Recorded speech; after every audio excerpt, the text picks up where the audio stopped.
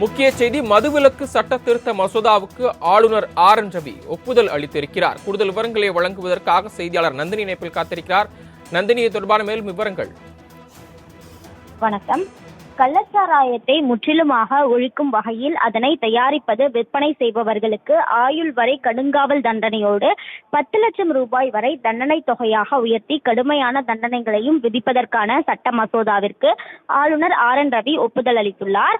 தற்போதுள்ள 1937ஆம் ஆண்டு தமிழ்நாடு மதுவிலக்கு சட்டத்தின்படி விதிகளை மீறி மதுவினை இறக்குமதி செய்வது, ஏற்றுமதி, அருந்துதல் குற்றங்களுக்கு தண்டனைகள் வழங்கப்படுகின்றன.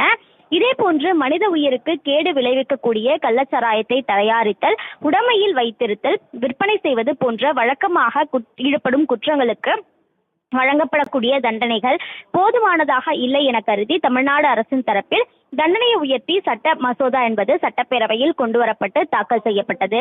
அந்த சட்ட மசோதாவில் தமிழ்நாட்டில் இருந்து கள்ளச்சாராயத்தின் அச்சுறுத்தலை முற்றிலுமாக ஒழிப்பது அவசியம் என அரசு கருதுவதாகும். எனவேதான் கள்ளச்சாராயத்துடன் கலப்படக்கூடிய தன்மை இழந்த எரிசாராயம், மெத்தனால் போன்ற தடை செய்யப்பட்ட மதுபானங்களால் விலைமதிப்பற்ற உயிர்களை இழக்க நேரிடுவதால் கள்ளச்சாராய விற்பனை தடுக்க தண்டனை அதிகரிப்பது அவசியம் என அரசு கருதுவதாக தெரிவிக்கப்பட்டிருந்தது. இதற்காக கொண்டுவரப்பட்டுள்ள சட்டத்தில் சிறை தண்டனையின் கால அளவை அதிகரித்தும் தண்டனை தொகையுடன் அளவையும் கணிசமாக அதிகரிக்கப்பட்டிருக்கிறது.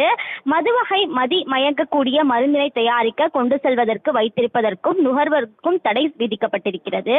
இந்த நிலையில்தான் இந்த சட்ட மசோதாவிற்கு சிறை தண்டனையோடு 10 லட்சம் ரூபாய் வரை அபராத தண்டனை விதிக்க திருத்தம் செய்யப்பட்டிருந்தது. இந்த நிலையில் இந்த மசோதாவிற்கு தமிழ்நாடு ஆளுநர் RN ரவி தற்போது ஒப்புதல் அளித்துள்ளது குறிப்பிடத்தக்கது. தாங்கள் வழங்கிய விரிவான விவரங்களுக்கு நன்றி நந்தினி.